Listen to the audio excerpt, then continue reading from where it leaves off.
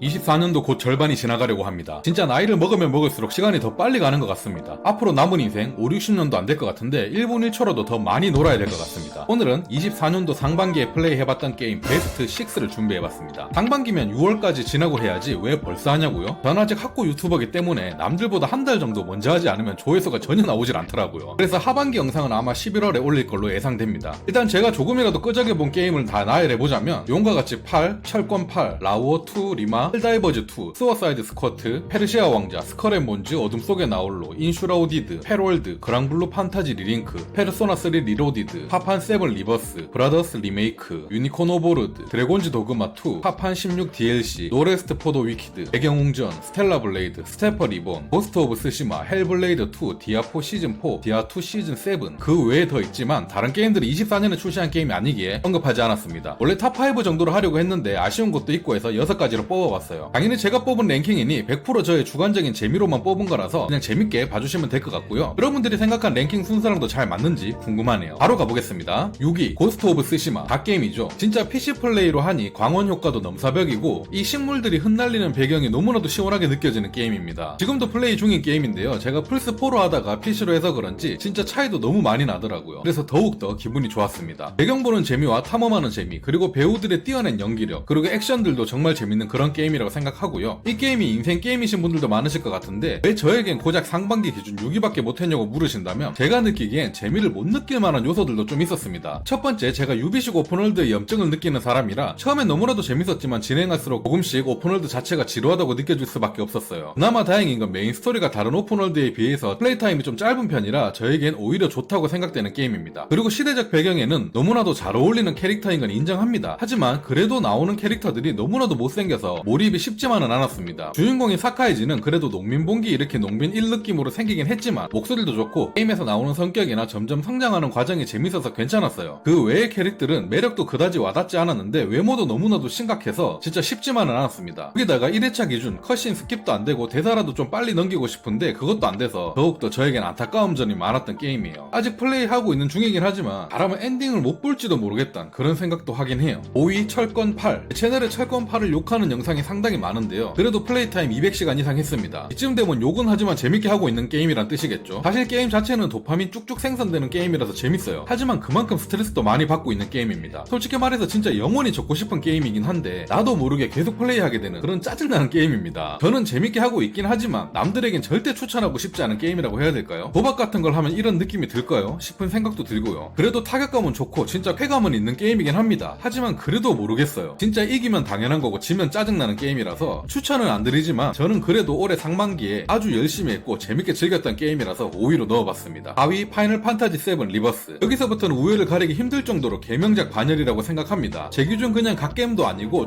초갓게임이라고 칭하고 싶어요. 이런저런 요소들 때문에 지겹고 재미없어 하시는 분들도 많이 계시는 것 같았지만 전 제가 여태 살면서 해본 파이널 판타지 시리즈 중에서 가장 재밌게 했습니다. 물론 파판 시리즈 다 해본 건 아닙니다.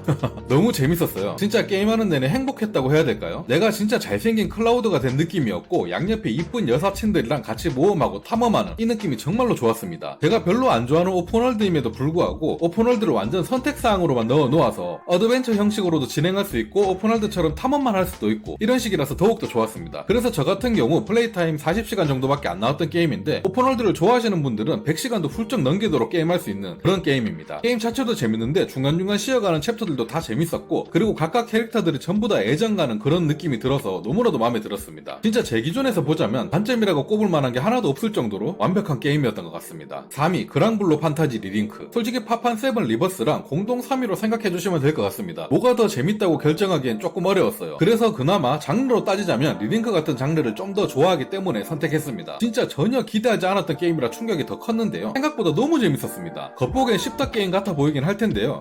쉽다 게임 맞는 것 같기도 한데 어떻게 설명해야 되지? 준내 재밌습니다. 액션 RPG 장르인데 정말 액션의 재미를 극한으로 끌어올린 그런 게임이라고 생각해요. 캐릭 세팅하는 재미가 정말로 좋았고요. 스토리 라인도 뭐 엄청 재밌는 것까지는 아니라도 무난하게 흘러가서 충분히 재밌게 할 수 있고요. 혼자 즐기는 2D 모넌 느낌이라고 해야 할까요? 하지만 모넌처럼 어렵지 않아서 누구나 가볍게 즐길 수 있고 전투도 화려하고 이 게임 역시 저에게는 단점을 찾아보기 힘들 정도로 너무나도 완벽한 게임이었습니다. 게임 불감증 치료에도 정말 좋은 게임이 되지 않을까 생각하는 그런 멋진 게임이에요. 그리고 캐릭터들도 다양하게 나오기 때문에 내가 하고 싶은 캐릭을 할 수 있고 캐릭마다 특색 있고 몰입 수입도 잘 되고 정말 기억에 남는 그런 멋진 게임이라고 생각합니다. 2위 스텔라 블레이드. 우선 이런 멋진 국산 게임을 선물해주신 갓형태님께 인사 올리고요. 정말 최고의 게임이라 극찬하고 싶습니다. 출시 전에는 이런저런 잡음도 많았던 게임이지만 출시 후엔 게임? 그냥 재밌으면 되는 거 아님? 이란 정의를 구축해준 게임인 것 같습니다. 진짜 제가 항상 추구하던 게임의 3대 요소 공식이 있었죠. 스토리, 브금, 전투. 이 세 가지를 모두 완벽히 충족시켜줬던 게임이라고 생각하고요. 거기에 한 발 더 나아가 캐릭터들의 매력까지 엄청나게 뽐내주어서 더욱더 완벽했던 게임이라고 생각합니다. 주인공인 이브뿐만 아닌 타키, 레이븐, 아담, 릴리, 도연들마저도 매력이 넘치는 캐릭터들 뿐이라 우리를 열광시키기엔 차고 넘치는 게임이었고 지금도 다들 DLC랑 후속편을 외치고 있을 정도의 갓게임입니다. 앞으로도 이런 멋진 게임을 계속 출시해줄 거라고 믿으며 다음 작품은 의심 따윈 하진 않고 예약 구매 디럭스 버전으로 준비하고 있도록 하겠습니다. 진짜 간만에 예약 구매를 디럭스 버전으로 산 걸 자랑스럽게 생각하게 된 게임이 아니었나 싶습니다. 1위 유니콘 오버로드. 대망의 1위는 유니콘 오버로드에게 주고 싶습니다. 이 정도면 뭐 상반기뿐 아닌 올해 최고의 게임에 넣어도 되지 않을까 싶은데요. 물론 하반기에 나올 무서운 작품들이 좀 남긴 했죠. 장르 특성상 취향은 좀 탈 것 같긴 한데 저에게 너무나도 극호인 게임이었고요. 너무나도 기억에 남는 멋진 게임이었습니다. 분위기가 너무나도 좋은데다가 디테일과 전체적인 스토리 그리고 엄청나게 많은 다양한 캐릭터들 하나하나가 모여서 완벽한 게임을 만들어내지 않았나 싶었고요. 거기에 듣기 좋은 부금은 덤이었습니다. 제가 전작인 13기병 방위권도 너무나도 재밌게 했는데 더 재밌게 즐긴 게임이 아닌가 싶어요. 이렇게 새로운 신작이 나올 때마다 업그레이드가 되어서 나온 게임 회사들 너무나도 좋습니다. 게임 플레이 분위기상 DLC라든지 그런 건 안 나올 것 같긴 한데 바닐라웨어의 다음 작품이 너무나도 기다려지는 그런 초갓게임인 것 같습니다. 이렇게 해서 올해 상반기엔 제가 재밌게 즐겼던 게임 한번 나열해봤는데요. 여러분들도 저랑 순위가 비슷할지 정말 궁금하네요. 그리고 이번엔 좀 아쉬웠던 게 재미있었던 게임들이 대부분 콘솔 독점작이었던 것 같아요. PC만 있으셔서 이런 갓게임들을 아직 즐겨보지 못하신 분들을 위해 진짜 하루빨리 스팀으로도 같이 출시해줬으면 좋겠습니다. 파판이랑 스텔라는 언젠간 나올 것 같긴 한데 유니콘은 아마 PC로 나올 계획이 전혀 없는 것 같아서 조금 아쉽더라고요. 그리고 액박, 마소는 진짜 게임 쪽에선 점점 격차가 벌어지는 것 같아서 조금 아쉬웠습니다. 심지어 앞으로 나올 작품들의 주인공도 점점 못생겨져가서 예약 구매도 힘들어질 것 같은데 말이죠. 리뷰어들 입장에선 게임 패스가 정말 소중한데 좀 더 분발해줬으면 좋겠습니다. 그리고 랭킹에 안타깝게 못 넣은 게임들도 있는데요. 저 6개의 게임 외에도 제가 나름 재밌게 즐겼던 게임을 뽑아보자면 파이널 판타지 16편